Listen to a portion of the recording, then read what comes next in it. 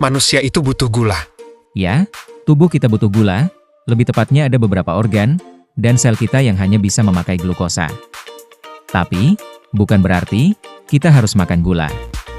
Ya, tubuh kita membutuhkan glukosa, tapi hanya beberapa sel dan organ tertentu yang benar-benar bergantung padanya. Karena tubuh kita sudah punya pabrik gula yang sangat canggih, melalui proses yang namanya gluconeogenesis di liver, yang merubah asam amino menjadi glukosa, sesuai dengan kebutuhan. Dan dosis yang dihasilkan oleh proses ini akan selalu tepat untuk menjaga homeostasis badan kita. Kenapa saya sebut dosis?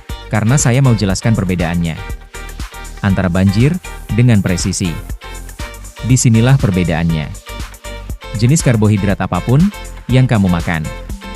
Apakah karbohidrat kompleks atau karbohidrat proses, semua itu akan dirubah jadi gula di dalam darah secara otomatis.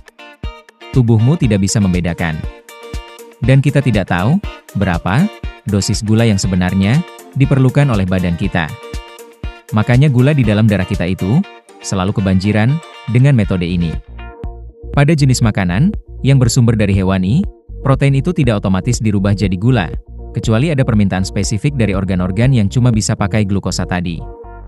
Ini sebuah proses alami yang canggih, bawaan langsung dari tubuhmu, yang secara tepat tahu dosis yang dibutuhkan. Apa saja organ tersebut yang hanya bisa memakai glukosa? Sel darah merah, bagian dari ginjal, namanya medula, beberapa sel mata, seperti retina dan lensa. Loh, kenapa organ lain gak minta? Karena ternyata, mereka lebih suka dan lebih efisien memakai lemak dan kieton. Siapa yang lebih suka lemak atau kieton? Jantung, bahan bakar favoritnya. Otot rangka, saat beristirahat atau beraktivitas ringan, liver, dan tentu saja otak. Sekarang konsekuensi yang gak terhindarkan. Kita sudah paham bahwa gula darah tinggi, kronis, resiko penyakit, resiko peradangan. Insulin tinggi, kronis, resiko penyakit, resiko peradangan. Keduanya tinggi, kronis, resep pasti, bencana metabolik. Sekarang pertanyaannya, jenis makanan mana yang secara desain menempatkan kamu dalam posisi berbahaya ini?